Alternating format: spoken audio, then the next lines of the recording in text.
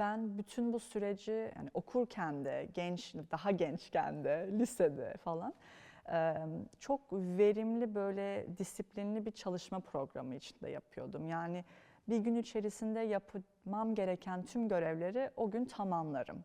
Hani aksamasını hiç sevmem. O yüzden erken kalkar, geç yatarım ama mutlaka o gün yapılacak listem tamamlanması gerekir. Yoksa ben huzursuz olurum zaten. Çünkü o öbür günkü işlerime de aksıyor sonuçta.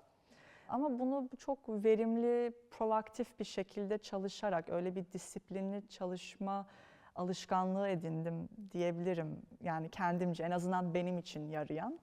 Bununla başarabildiğimi düşünüyorum. Hani kendime zaman ayırmayı.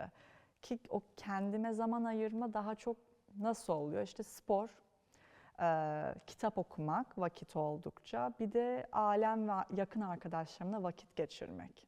O benim için o en değerli, kıymetli, İdil Bilgen zamanı. Bunda bütün çalışmaları disiplinli yürütürsen onun içinde ufak ufak böyle zaman blokları bulabiliyorum.